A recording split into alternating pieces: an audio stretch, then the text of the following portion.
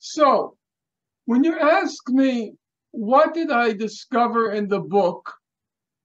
I would say in Obama's biographer, namely David Garrow, Rising Star. I think the thing I found most telling was that it was perfectly plain by the end of the book that Obama didn't have a political bone in his body.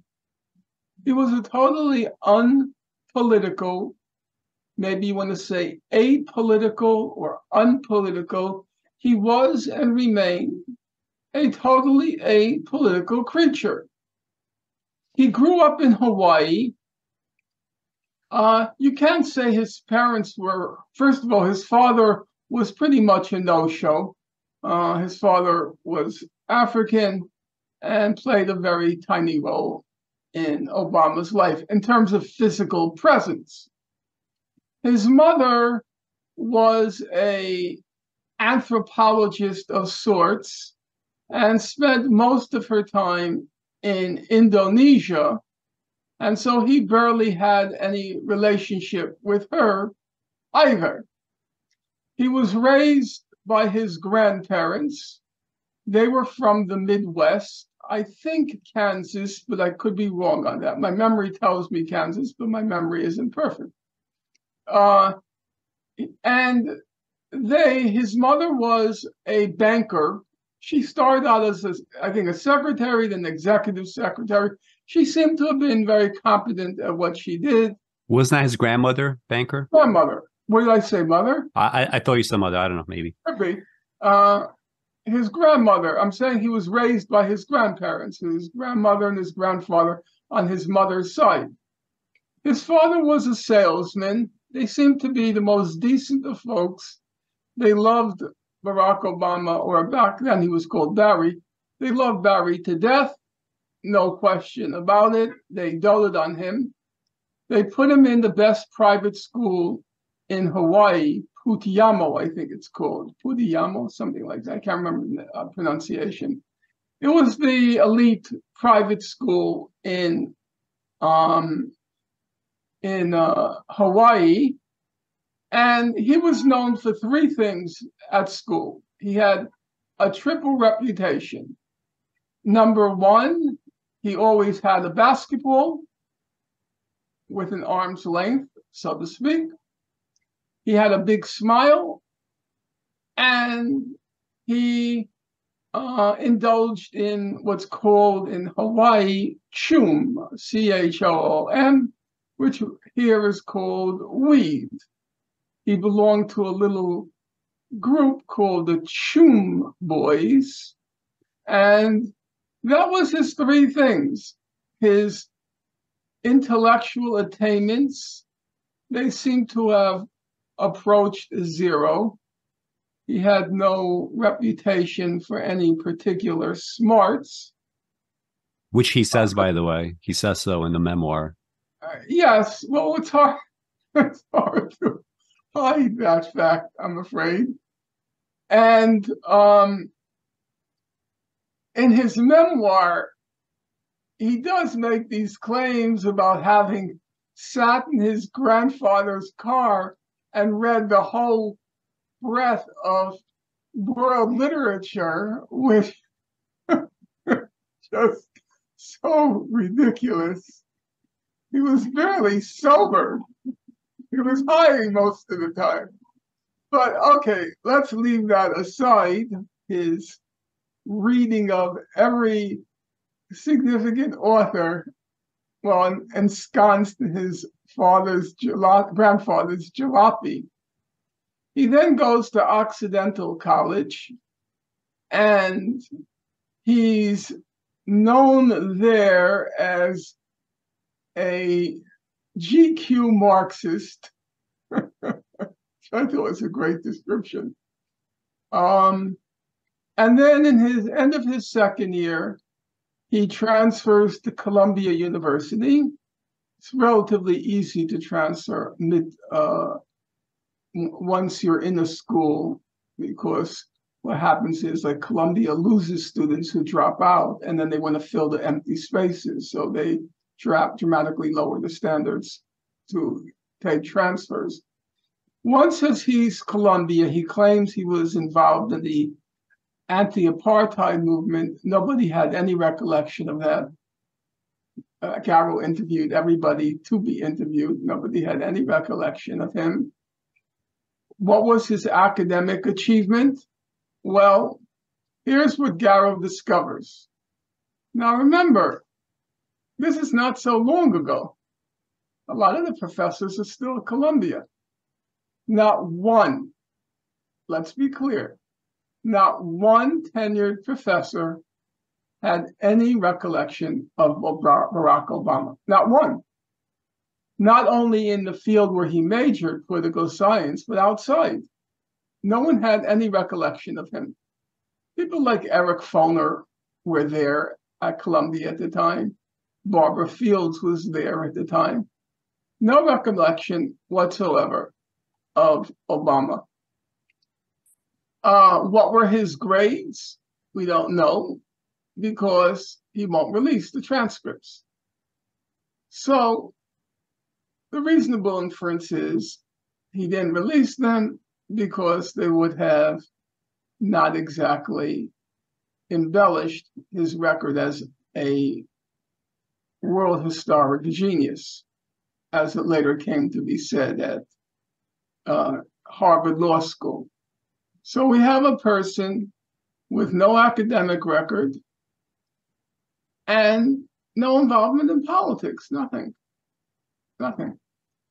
And then he becomes, he has a job for a year doing this very low-level statistician, collecting data.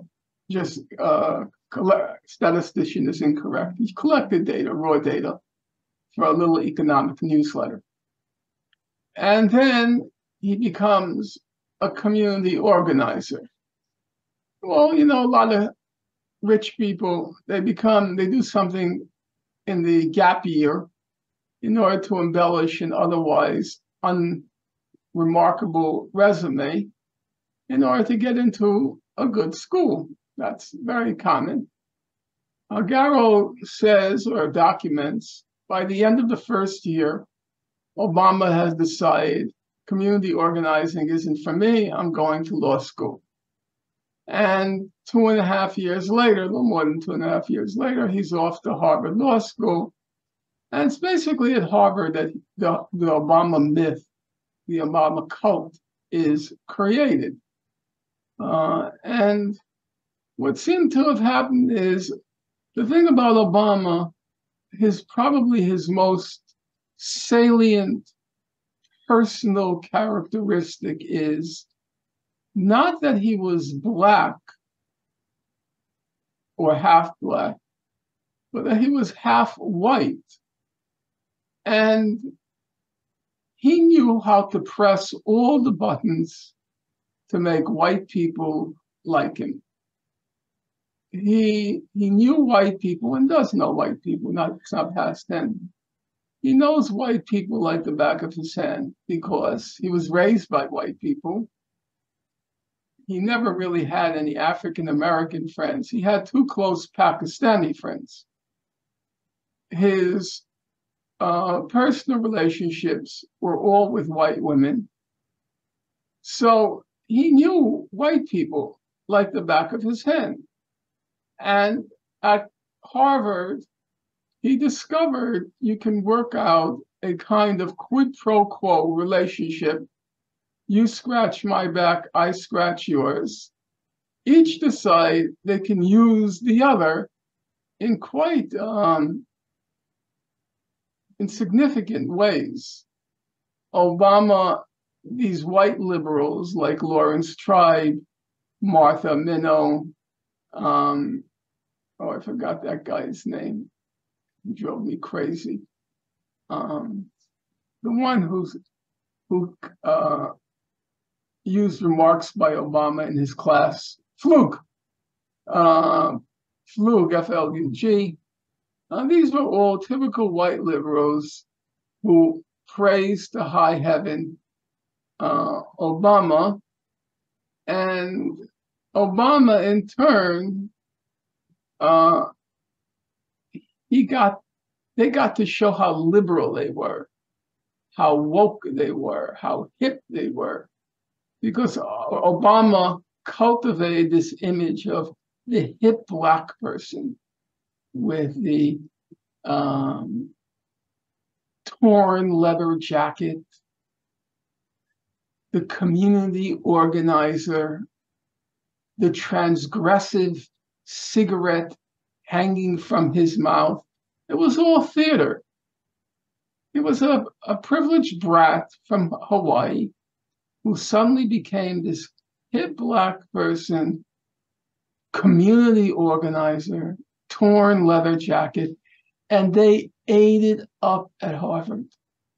Every student that was interviewed by Garrow interviewed a large number of his co-students in Harvard Law School. He's so cool. He was so cool. He was so hip. He was so cool. That's what they all say. Nobody comments on his intelligence, just that he was cool. So Obama cultivated them because they can get him in high places.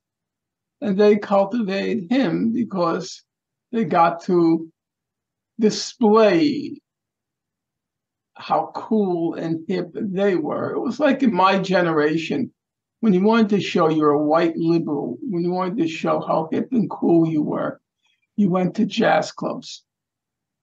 Every hip white person, I love jazz. I love jazz. And Obama became the new touchstone, the new litmus test of white hipness. You love Obama. So it was an act. It was a performance. There was no substance. There was no politics. You know, when you're serious about politics, take Chuck Schumer, okay? Chuck Schumer is from my neighborhood, the current Senate Majority Leader. So Chuck Schumer decides he's going to go into politics. Now, he's a very smart guy. He was valedictorian in my high school, and he got, at that generation, he was probably one of only 2 or 3 people in the whole country who got a perfect score on the SAT. It's changed now. You know, the SAT has been significantly dumbed down. But in my generation, maybe 2 or 3 people in the whole country, and Chuck Schumer was one of them. He went to Harvard, and he went to Harvard Law School. He was originally going to be a doctor. He switched. What's my point? I still remember in my mind's eye, believe it or not, I still remember in my mind's eye when Chuck Schumer was campaigning on Kings Highway in Brooklyn for congressman. When you're serious about politics, you start at the lowest level and you gradually rise, learning all the ropes, understanding how politics in Washington, a very arcane Byzantine setup, how it works. And then you make the connections, obviously. You join the committees, you start networking. It's a complicated process to become president of the or in his case, Senate Majority Leader. You take somebody like Clinton. Believe it or not, while Clinton was still in college, he was already on the staff of the Senate Foreign Relations Committee in 1972. You hear me? 1972. Slowly learning the ropes. You take somebody like Cheney and Rumsfeld. Now, you may not have heard of Cheney and Rumsfeld before they were in the Bush administration, but Cheney and Rumsfeld went as far back as the Nixon and Gerald Ford administrations, which is to say 25 years before they get their positions of vice president and secretary of defense, respectively.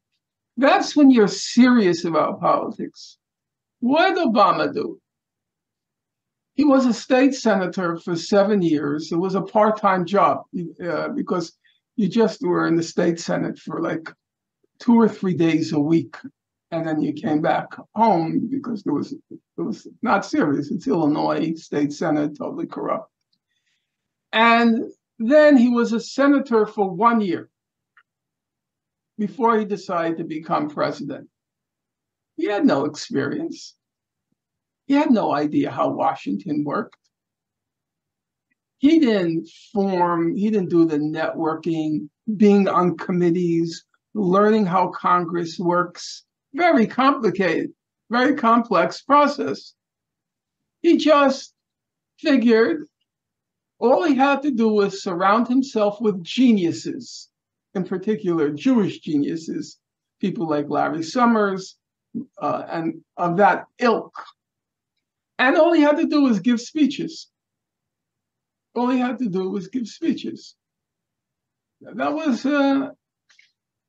it. No politics at all.